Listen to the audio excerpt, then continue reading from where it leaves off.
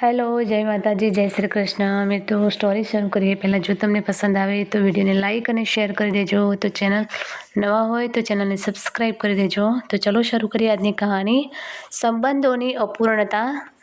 એ જમાનાની કઈ વિડંબના છે જ્યાં બાળપણમાં આપણે ભાઈ બહેનોને લડતા અને પછી પ્રેમથી મળતા જોઈએ છીએ। એ જ ભાઈ બહેન મોટા થઈને છૂટા પડી જાય છે। એ બાળપણનો પ્રેમ ક્યાં ખોવાઈ જાય એ ખબર નથી। એકબીજાની વસ્તુઓ પડાવી લેવાનો જ અર્થ થાય છે। પિતાએ બનાવેલા મકાનમાં નીતિન અને રાહુલ પણ રહેતા હતા। બંને પરિણીત હતા। રામનાથજીએ નિવૃત્તિમાંથી મળેલા પૈસાથી ઘર બનાવ્યું હતું। હરિદયાલજીએ ખૂબ પ્રેમથી ઘર બનાવ્યું હતું। આ ઘરની દરેક ઈંટ તેમની હતી। સખત મહેનત અને તે તેમની મહેનતની કમાણી હતી। તેઓ હંમેશા તેમના મૂલ્યોના વખાણ કરતા હતા અને તેમના ઉછેરના વખાણ કરતા હતા, પરંતુ તેમને ઓછી ખબર હતી કે એક દિવસ તેમના પોતાના બાળકો એકબીજામાં લડવા લાગશે। રામનાથજી પહેલેથી જ દૂરદેશી હોવા છતાં તેમણે પોતાનું ઘર બે ભાગમાં બનાવ્યું હતું। એક નાનો પુત્ર નીતિનના નામે અને મોટા પુત્ર રાહુલના નામે, પરંતુ તેઓ જીવતા હતા ત્યારે તેમના અલગ થવાનો કોઈ પ્રશ્ન જ નહોતો, પહેલાં આવ્યો નથી। રામનાથજીની દિનચર્યા સમયની સાથે ચાલતી હતી। તેમને તેમના ઉછેરમાં વિશ્વાસ હતો કે તેમના બાળકો ક્યારેય એકબીજા સાથે લડશે નહીં। જ્યારે પણ તેઓ વડીલોના સેમિનારમાં બેસતા ત્યારે તેઓ તેમના પરિવારના વખાણ કરતા હતા અને અન્ય વડીલો પણ તેમના વખાણ કરતા થાકતા નથી। રામનાથજીએ તેમના પરિવારમાં કેટલાક નિયમો બનાવ્યા હતા। નીતિન અને રાહુલની પત્નીઓ એકબીજા સાથે ન મળતા। શિખા અને રુચિ ભારે હૈયે જ એકબીજાને જોતા। જો તેઓનો રસ્તો હોય તો તેઓ એકબીજાને જોવા માંગતા ન હતા। તેઓ તેમના પતિને ટોણા મારતા હતા। નીતિન અને રાહુલના પિતાજી તેઓથી બહુ ડરતા હતા, અથવા આપણે કહી શકીએ કે આ હરિદયાલજીના સંસ્કારોની અસર હતી। સમય ધીરે ધીરે પસાર થતો હતો, પણ ઘરમાં સંસ્કારોના આગ્રહથી સંબંધો અંદરથી પોકળ બનતા હતા।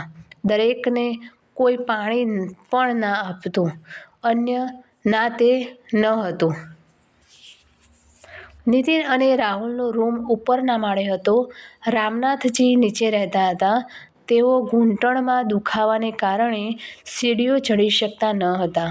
તેઓએ એકબીજાની સામે જોયું। હવે ન તો ભોજન કે ન ચા રામનાથજી સુધી સમયસર પહોંચે છે। રામનાથજીનો એક જૂનો તૂટેલો દરવાજો હતો। તેનું પોતાનું ઘર, આજુબાજુ ખુરશીનો સામાન પડવા લાગ્યો। સેવાના સમયે તેમના ઘરમાં જે શાખા હતી તે હવે જતી રહી। રામનાથજી બીમાર પડવા લાગ્યા। ક્યાંક તેઓ ચિંતાથી પીડાતા હતા જે તેમને ખાઈ રહ્યા હતા। મૂલ્યો તે આગ્રહ રાખતો હતો, કદાચ તે હવે તેના વિચારોમાં હતી। રામનાથજી ખૂબ જ ઉદાસી અનુભવવા લાગ્યા। રામનાથજીએ હવે ઘર છોડવાનું બંધ કરી દીધું હતું। એક દિવસ અચાનક તે હૃદયરોગના હુમલાથી મૃત્યુ પામે છે। હવે ક્રિયા માટે પણ બે ભાઈઓ વચ્ચે ખેંચતાણ શરૂ થાય છે। સમયની વિડંબના જુઓ। જેની પાસે બધું હતું તેની છેલ્લી ક્રિયામાં પણ ભાઈઓએ તેમની લડાઈ છોડી ન હતી। કોઈક રીતે તેઓએ ક્રિયા પૂર્ણ કરી પંડિતોને ભોજન કરાવવું। જે પિતાએ પોતાના સંતાનોને આશીર્વાદ આપ્યા અને કેટલા સંસ્કારોનું સંવર્ધન કર્યું, આ જ તેનો અંત છે। હવે નીતિન અને રાહુલને રોકવાવાળું કોઈ નહોતું। નીતિન અને રાહુલ રોજ એકબીજા સાથે લડતા હતા। કામ પર ગયા પછી શિખા અને રુચિ પણ એકબીજા સાથે લડતા હતા. આ ટ્રેન્ડ હવે નિયમિત બની ગયો છે. હવે વિભાજનની વાત ચાલી રહી છે. આ સમાચાર સ્વજનો સુધી પહોંચ્યા. રામનાથજીની મોટી પુત્રી સુધા અને તેમના પતિ દિનેશ નીતિન અને રાહુલને મળવા આવ્યા અને સમજાવે કે લોકો શું કહેશે. પિતાએ હંમેશા તેમના મૂલ્યો સૌથી ઉપર રાખ્યા. તમે લોકો તેના મૃત્યુ પછી તેની સંભાળ લીધી. સન્માન ધોવાઈ ગયું, પણ નીતિન અને રાહુલ કંઈ પણ માટે તૈયાર નહોતા. સુધા અને દિનેશ વાત કરીને ત્યાંથી નીકળી જાય છે અને જતા સમયે તે કહે છે, તમે બંને જરા વિચારો, જ્યારે રાહુલ અને નીતિનને માન ન આપ્યું તેમના પિતા, તો પછી તેમની બહેનનું શું?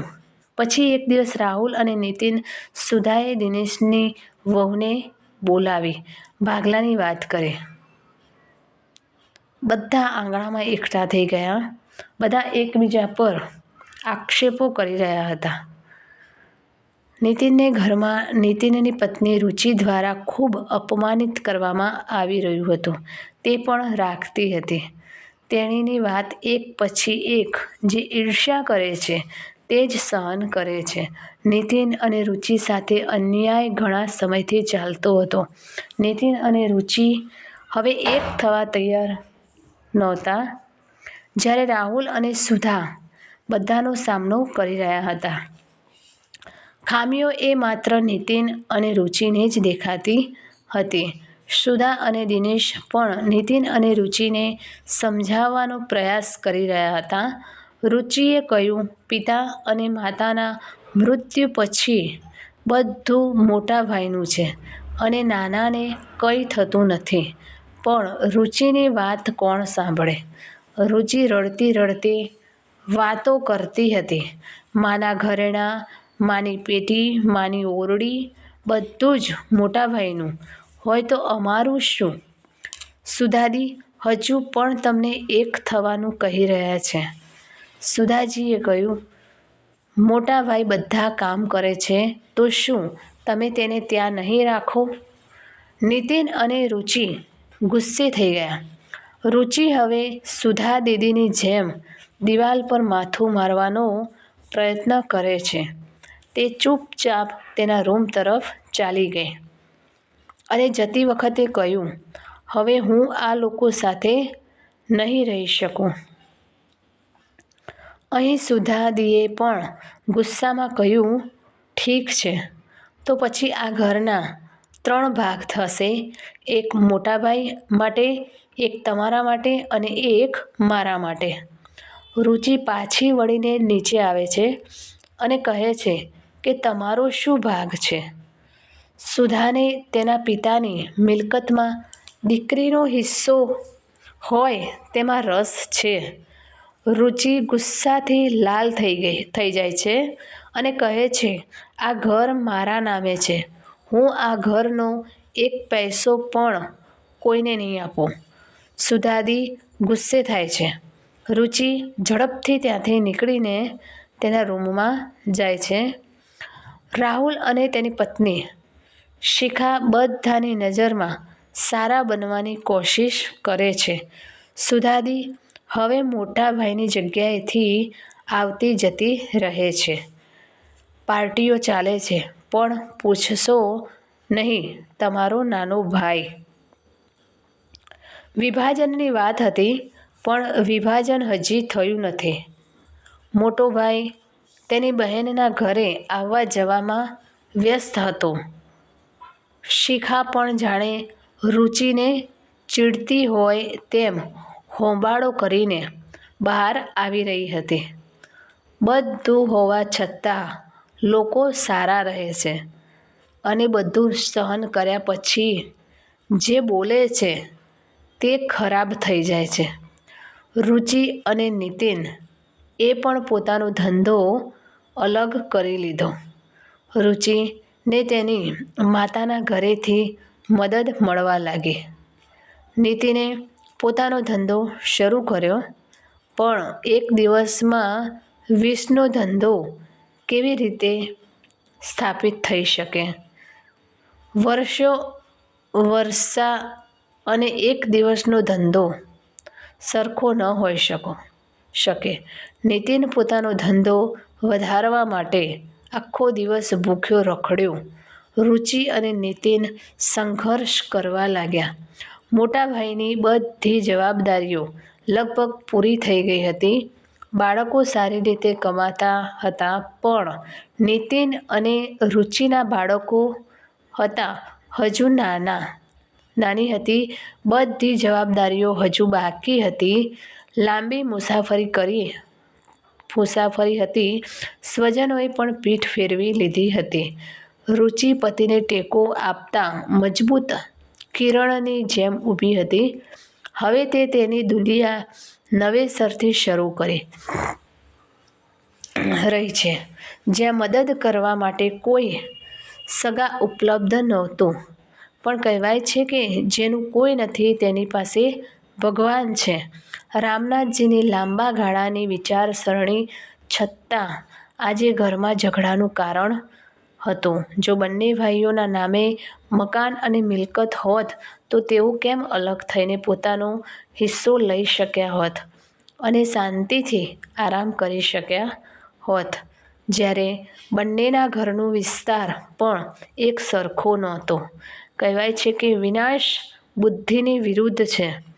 સમય આ કહેવત પૂરો કરી રહ્યું હતું. શું ઘરમાં રહેતા લોકો દ્વારા બનાવવામાં આવે છે કે ઘરમાં રહીને બનેલું ઘર છે? જ્યારે એકબીજા માટેનો પ્રેમ સમાપ્ત થઈ જાય છે ત્યારે અલગ થઈ જવામાં શાણપણ છે. દોરડું એટલું ન ખેંચો કે તે તૂટી જાય અને પછી દંપતી જોડતા નથી. જો સંબંધમાં તણાવ હોય તો તેને કાપી નાખો, જેથી કાપ્યા પછી તે જોડાવા માટે યોગ્ય બને. મૂલ્યો અને પ્રેમના વખાણ કરતા રામનાથજી મૃત્યુ પામ્યા. શું આ લડાઈને કારણે તેઓ જીવિત છે? જો કોઈ સંબંધમાં પ્રેમ અને માનવતા ન હોય તો અલગ થવું જરૂરી. કુદરતનો નિયમ છે કે જ્યારે કોઈ વસ્તુનો સમય પૂરો થાય છે ત્યારે તે નાશ પામે છે.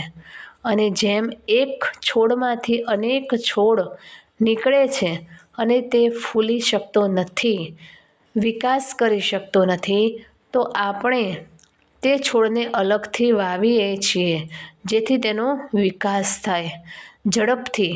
પછી જો સંબંધમાંનો પ્રેમ સમાપ્ત થઈ ગયો હોય તો તેને અલગ કરી દેવો જોઈએ. થોડા સમય અને જગ્યાની જરૂર છે, જેથી ધીમે ધીમે તે પ્રેમ ફરીથી વિકસિત થવા લાગે. અને લડાઈથી દૂર રહેવાથી મનમાં નફરત પેદા થાય છે. સમય સાથે વ્યક્તિએ પોતાને સારા વિચારો સાથે અલગ પાડવું જોઈએ, જેથી પ્રેમની લાગણી અકબંધ રહે છે. તો મિત્રો, આ કહાની તમને કેવી લાગી તે કોમેન્ટ કરીને જરૂર જણાવશો. અને વિડીયો પસંદ આવ્યો હોય તો લાઈક અને શેર કરી દેજો. ચેનલ ઉપર જો તમે નવા હોય તો ચેનલને સબસ્ક્રાઈબ કરી દેજો. ફરીથી મળીશું આવા એક નવા જ વિડીયો સાથે. ત્યાં સુધી જય માતાજી, જય શ્રી કૃષ્ણ, હર હર મહાદેવ. Thanks for watching.